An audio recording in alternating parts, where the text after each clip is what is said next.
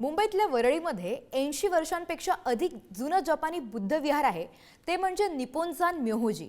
वरळीत गगनाला भिडणाऱ्या इमारती उभ्या राहिल्या असून त्यांच्या गराड्यात हे अप्रतिम छोटंसं बुद्ध विहार लक्ष वेधून घेतं। या विहारच्या आवारात मोठमोठे वृक्ष असून उत्तराभिमुख असलेल्या विहारातील सफेद संगमरवरी बुद्ध मूर्तीचं दर्शन हे रस्त्यावरून जातानाही होतं। आज डॉक्टर बाबासाहेब आंबेडकर यांची 135वी जयंती आहे आणि त्याच निमित्ताने पुढारीच्या माध्यमातून मी तुम्हाला मुंबईतलं असं एकमेव जपानी बौद्ध विहार दाखवणारे, ज्याला जपानी टेम्पल असं सुद्धा म्हटलं जातं, जे वरळीच्या भागात आहे। आणि मी सध्या त्याच जपानी मंदिरच्या बाहेर उभा आहे। जसं मी म्हटलं, डॉक्टर बाबासाहेब आंबेडकर यांचा पदस्पर्श इथे होता, त्यामुळे ही एक महत्त्वपूर्ण जागा आहे आणि त्याचा उल्लेख सुद्धा आपल्याला आढळतो। आणि इकडचे गुरुजी जे आहेत ते सुद्धा माझ्यासोबत आहे, आपण त्यांच्याशी सुद्धा बातचीत करणार आहोत, त्यांच्याशी सुद्धा बोलणार आहोत।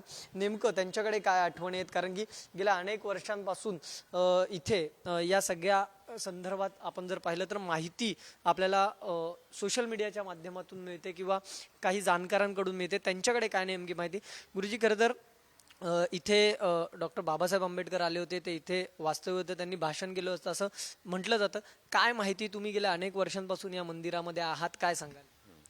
मैं आस्ते आस्ते बोलेंगे, आपको बहुत जर्देबाजी करता है, आस्ते आस्ते बताएंगे।